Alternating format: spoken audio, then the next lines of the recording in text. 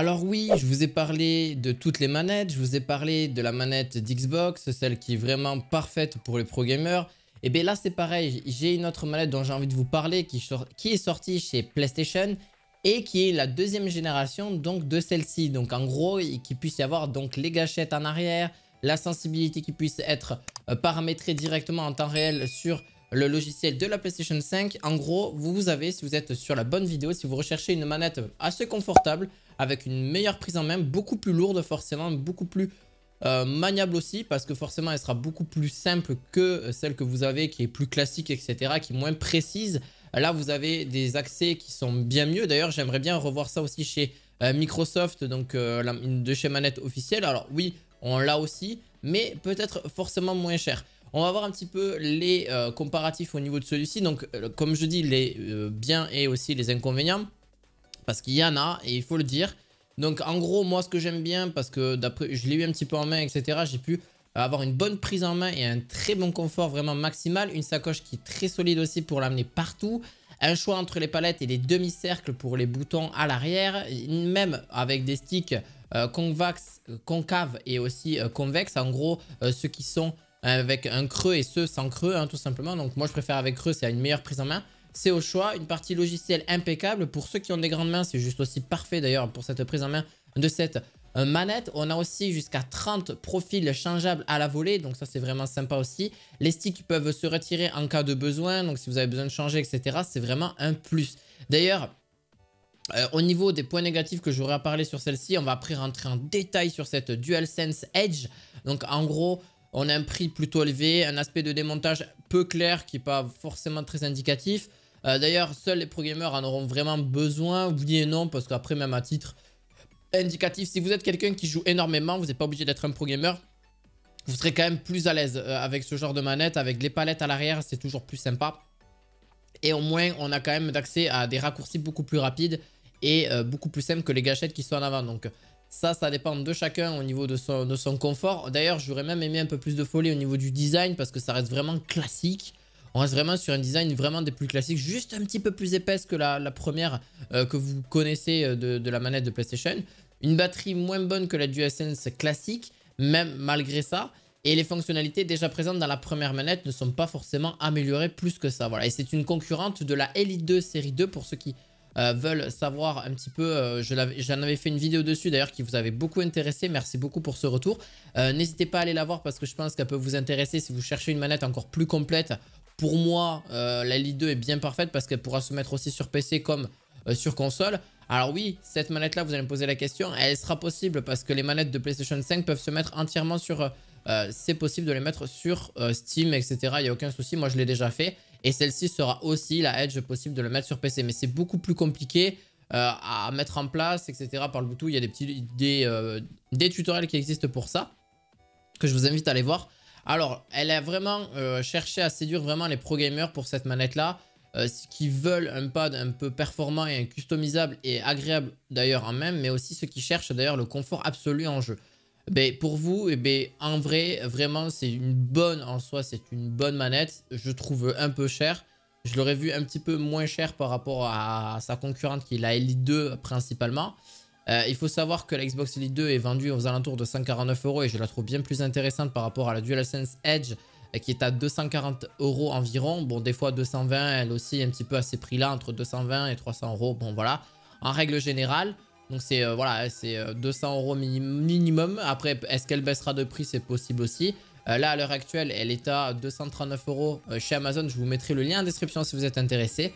Là-dessus, alors on a aussi sa pochette qui est plutôt sympa en vrai, qui permet d'avoir une meilleure protection et qui permet même de recharger si vous le souhaitez. On a une petite pochette, donc en gros on a un petit soin qui est vraiment qui permet d'avoir un détail, une petite trappe en tissu pour recharger la manette sans la sortir de sa boîte. Donc ça c'est aussi possible, si vous n'en avez pas besoin et que vous souhaitez recharger la manette, c'est possible. Alors oui, dans cette d'ailleurs vous avez une fermeture, donc sur tous les accessoires, d'ailleurs vous pouvez emporter le câble USB de 3 mètres, des sticks de remplacement, mais aussi 4 boutons supplémentaires à placer à l'arrière du pad. D'ailleurs, dernier objet, un petit boîtier plastique un peu curieux qui permet de bloquer le fil sur la Edge lorsqu'elle est en charge. Un attirail complet et appréciable d'ailleurs pour l'utilisateur qui d'ailleurs n'aime pas forcément ça, pour personnaliser sa Edge. D'ailleurs, on y reviendra un petit peu plus bas là-dessus.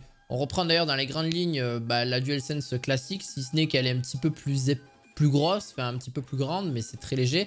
Le pad, il est noir au lieu d'être blanc, donc ça c'est rien de très particulier niveau design. Bon, ce qui est un petit peu dommage, moi j'aurais voulu voir un autre design un peu plus particulier, même sur la texture au niveau de l'arrière. D'ailleurs, à l'intérieur des poignets, Sony a fait le choix du caoutchouc doux, ce qui apporte une meilleure prise en main à la limite que la sudation des doigts, en plus d'être plus agréable. Une méthode déjà prouvée en tout cas chez Xbox Elite 2 pour celle-ci.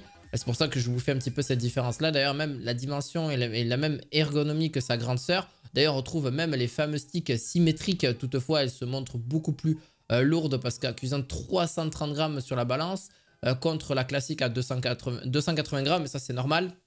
On a les palettes, on a pas mal de choses qui sont rajoutées en plus, ce qui est quand même compréhensible. Donc voilà, on le ressent immédiatement à main lors des 50 grammes même qui sont rajoutés en plus, mais certains préfèrent les pads plus légers. Heureusement pour nous, ce n'est pas notre cas, mais est-ce le vôtre? Ça, c'est à vous de me le dire en commentaire. D'ailleurs, ça justifie d'ailleurs son prix, mais quand même l'ajout de boutons supplémentaires. Tout d'abord, on remarque l'apparition de 2 touches donc, qui sont possibles sous les sticks qui servent à changer de profil à la volée. Ils sont placés de manière très intelligente puisque jamais en jeu, même dans nos runs les plus endiablés sur n'importe quel type de jeu, vous pouvez activer par inadvertance. Donc en vrai ça peut s'activer très facilement. Et d'ailleurs 2 trous afin d'y placer 2 autres boutons que vous pouvez placer afin d'y revenir dessus. Mais on y reviendra un petit peu plus dessus un petit peu plus tard. D'ailleurs c'est la possibilité de retirer le module de 2 sticks aussi. Donc ça aussi, si vous souhaitez enlever le module et le changer, c'est possible aussi, à mettre un peu plus brillant ou un autre plus classique. Voilà, ça c'est possible d'enlever, c'est le petit module qui est assez sympa. Et puis aussi enlever forcément les joysticks grâce à celui-ci parce que c'est des joysticks plus gros, etc. Donc vous pouvez les enlever. Donc même vous pouvez avoir un niveau design aussi impeccable. Et d'ailleurs, c'est vu que c'est des touches que vous allez pouvoir retrouver, on va dire les joysticks, vous allez pouvoir les retrouver si un jour vous les cassez ou quoi que ce soit. Ils sont facilement trouvables sur le marché sans trop de problèmes. Donc au moins vous n'aurez pas trop de difficultés. D'ailleurs, si on parle un petit peu plus des boutons supplémentaires qui ont été ajoutés à l'arrière de la manette. Donc on appelle ça entre guillemets des semi-palettes. Parce que clairement c'est... Oui, on peut appeler ça des palettes si vous le souhaitez. Mais entre guillemets, donc en gros, ça peut être un peu compliqué. Parce que Sony d'ailleurs livre une petite notice un petit peu virtuelle. Mais même avec ça, on s'y reprend plusieurs fois pour placer un tâtonnement de peur ou détériorer les ports. Et parce que c'est vraiment très fragile. Et puis bon, c'est un petit peu ce côté fragilité qu'on a peur. D'ailleurs, ils ont inclus aussi des boutons en demi-cercle, d'ailleurs, qui sont beaucoup plus pratiques que les palettes, pour ma part, pour l'arrière de la manette. D'ailleurs, même ces derniers s'activent via une pression verticale. Pour appuyer dessus, il faut vraiment le vouloir, mais c'est quand même bien pensé. Et ensuite, de créer son propre style, sa propre palette, demi-cercle, etc. là-dessus. Même la DualSense Edge arbore quand même des défauts parce que son prix est quand même plus élevé et c'est un petit peu dommage parce que c'est pas pour moi très justifié. On aurait d'ailleurs, même moi j'aurais même aimé un petit peu un système beaucoup plus rude, un petit peu plus efficace en termes de rigidité, etc. là-dessus. Bon, c'est pas non plus des grosses non plus, il n'y a aucun souci. D'ailleurs, même si vous voulez régler la gâchette sur 3 niveaux, c'est possible. Grâce à un bouton dédié qui pourrait me permettre d'ailleurs de bien appuyer donc la pression que vous souhaitez avoir sur la course la plus courte et peut d'ailleurs apporter ces réglages de précision est une excellente chose. Chacun trouvera son compte là-dessus. Et si vous le souhaitez directement par les paramètres dans la PlayStation 5 de personnaliser les touches donc via un logiciel très intuitif et qui vous montre qu'est-ce que vous souhaitez personnaliser. Ça c'est vraiment super bien, ça il n'y aura aucun reproche à faire, ça marche extrêmement bien. Et même la personnalisation a d'ailleurs son plus gros travail sur cette manette là-dessus. Alors en gros c'est une manette vraiment très agréable à porter. Alors tout dépend si vous avez des grosses mains ou des petites mains. Mais dans la globalité elle a vraiment sans aucun souci vraiment très agréable au toucher. Et en plus de ça au niveau de son confort même elle prend tout son sens lorsqu'on la peut même modifier certaines choses avec soit les sticks d'ailleurs les sticks voilà lisses ou les sticks justement voilà avec un petit peu penché etc. Enfin penché creusé là-dessus. Voilà. Pour ceux qui la cherchent, vous l'aurez en description de cette vidéo. Dites-moi un petit peu celle que vous préférez. La DualSense Edge ou la Elite 2 de chez Xbox. Donc ça, c'est à vous de me dire avec tous ces accessoires, tous ces défauts, etc. Merci beaucoup de m'avoir suivi. N'hésitez pas à mettre un pouce bleu, à vous abonner à cette chaîne. On se retrouve très prochainement pour une nouvelle vidéo high-tech. Et je vous dis à très bientôt. À la prochaine. Ciao, ciao.